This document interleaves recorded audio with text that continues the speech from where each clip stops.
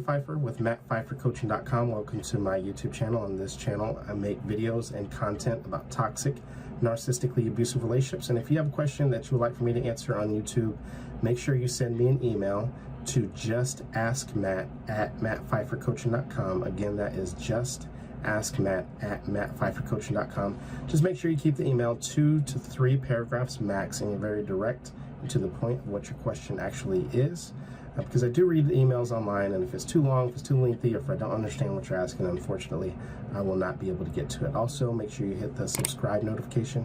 You also hit the bell notification so you're notified each and every time I upload a new video. I upload videos on this channel 5 days a week, Monday through Friday. So with that being said, let's get into this email. So this email reads, "Hey Matt, I found you on TikTok. I followed you on TikTok for a while now. I'm not sure if it's a narcissist I'm dealing with." So I want to pause there real quick. Doesn't matter, right? If someone is mistreating you, if they're abusive, if they're controlling, manipulative, right? It doesn't matter what the label is, doesn't matter what the diagnosis is. Most narcissists don't go to therapy anyway. So it's important for us to not care as much about the labels, not care as much about the diagnosis, but for us to focus in on the behavior. So this email continues. "My ex and I co-parent. At the moment, I have a harassment order against him. Good for you." Right? Quite often people need to get harassment orders and restraining orders, but they refuse to because they don't want to be the bad guy. They don't want people upset with them. They don't want people thinking that they're the villain. So this email continues. "It's been 5 years since we have split up. He posts about me almost every day on social media or TikTok.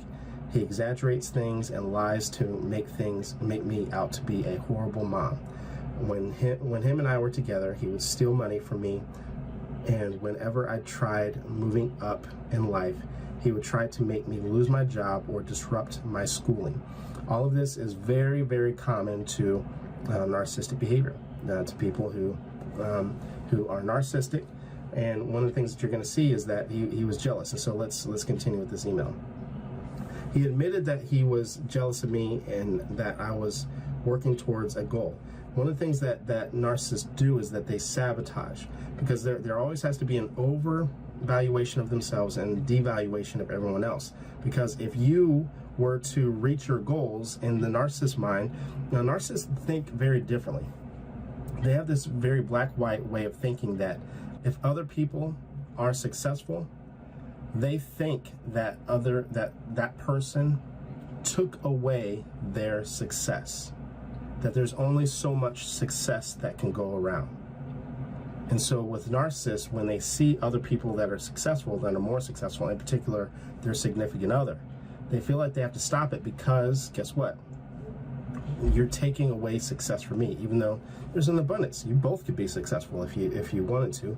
There's nothing stopping him from going to school or getting a promotion or following his dreams. But because narcissists don't see it that way, it's in their mind they have to stop you, and it makes them feel better about themselves because they're able to control you."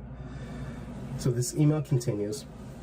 Fast forward, he's now saying I'm a narcissist and that he has read many psychology books. He can read as many books as he wants to.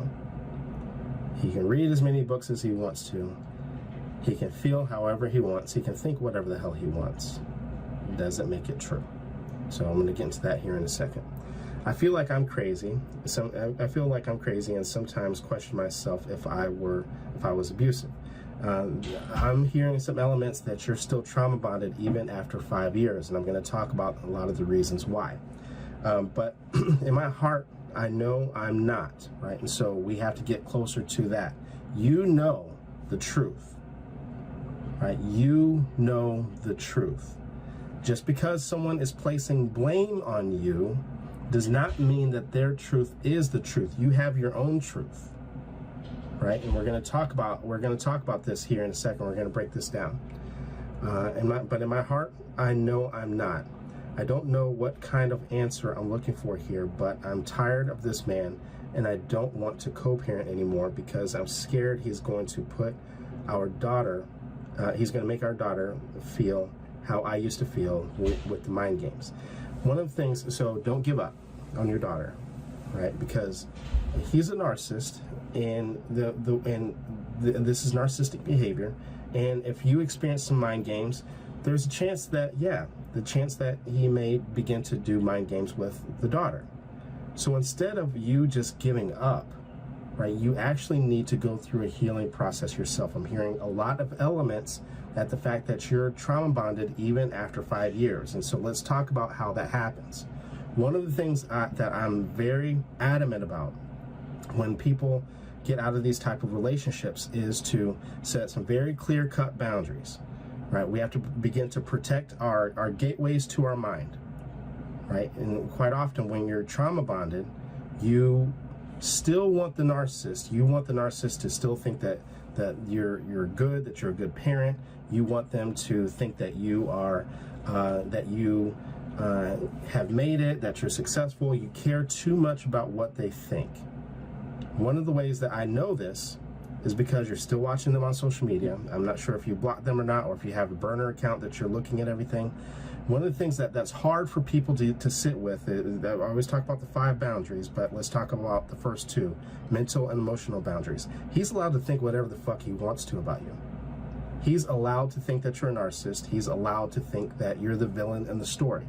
But quite often, the person who's the codependent, and the reason why you think that you're the bad guy, and the reason why you care so much, and the reason why you're unsure, is because what happens is through all the gaslighting techniques through the years, and it sounds like you guys still talk too much, right? So the gaslighting is still occurring.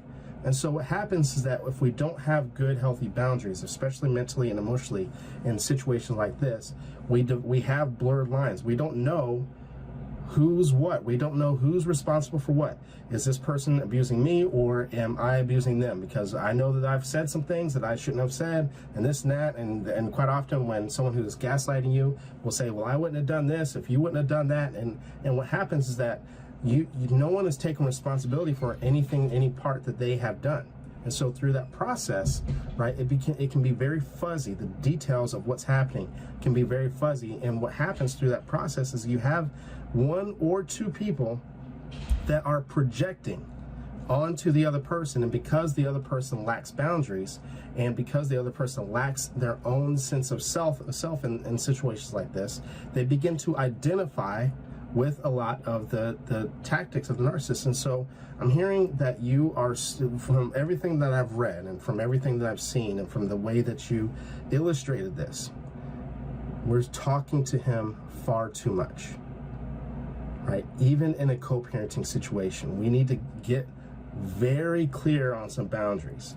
When you are co-parenting, you need to go low contact, and I can kind of tell at the fact that you mentioned that you don't want to co-parent anymore. I have a feeling that he's using your child as a pawn and as a weapon against you, and using that as a reason to reach out to you. Now, I have several different videos. If you go down to the link below, I've created a lot of videos, a lot of content on all of my platforms. I talk about trauma bonds in one of my courses. I talk about co-parenting in one of my courses, it's vital in these type of situations, right, for us to begin to put those pieces back together, for you to take your healing very seriously, right? Because not only is your health at stake, but also the health of your daughter, right? And quite often in situations like this, a lot of people might leave a narcissist, but they're still dealing with the ramifications of the relationship because they're not taking responsibility for their healing.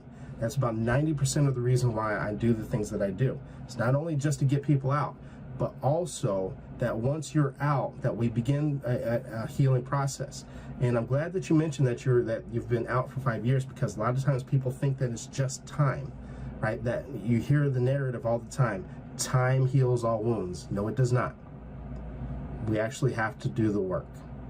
Right, we have to read books, we got to get into therapy, we got to put the pieces back together, and we have to shift from accepting some of the blame instead of blame, right? Because we're dealing with a person that's placing a lot of blame on you, to accepting parts that are our responsibility. Now, I want to be very clear: the abuse, none of that is acceptable, right? None of that you're responsible for, right? But some of the things that you might be responsible for is by not setting boundaries. I'm just using these things as an example, right, by not setting clear boundaries. But you'll start to notice, right, that there are moments that maybe you should have walked away earlier in the beginning, right? And when you start to put those pieces back together, what happens is it actually feels better for you. You start to accept that, like, you know what, I could have made a better decision there. I'm responsible for this. I'm responsible for that. He's responsible for this. He's responsible for that. And what happens is that once you put those pieces back together, you now have a responsibility at that point to never allow for those things to happen again, right? But the very first thing that we have to start doing is that we have to start cutting the communication. We got to stay off of his social media, right? Even though, again, it's been 5 years, but I can tell you're still very, very involved in this situation. That's the reason why we're still struggling this bad after 5 years. Right, so we got to begin to pull away. We also have to remember that this person is not his. You're not going to convince this person that you're doing everything right. You have to live your life, and yes, he's going to be angry about it. Yes, he's going to be upset about certain things or whatever. It's not your responsibility to keep him happy. It's not your responsibility to. He may think, for example, he's going to say that you're a narcissist. Doesn't matter. Right? What is that? It's a smear campaign. I also have a course on smear campaigns. He's allowed to have his own thoughts. He's allowed, and quite often people will engage too frequently with people because they want to try to convince that person to stop. They're not going to, because this is what's called post-discard abuse. That even though you guys aren't together anymore, this person still wants control.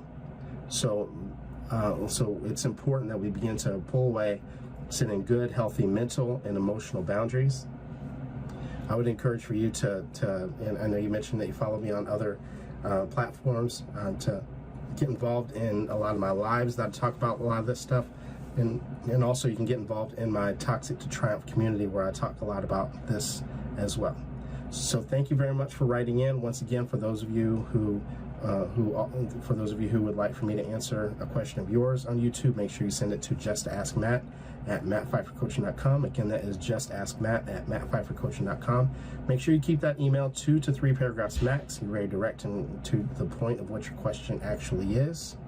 And the fastest way to work with me is to go down to the links below, get involved in my newsletter, get involved. You can text me and I can send out information on upcoming trainings, regular trainings, regular workshops, regular offers that I have going on. Some of them are free, some of them cost money. But either way, you'll know and you'll be notified each and every time something comes up. So thank you guys very much. And until then, I'll see you in the next video.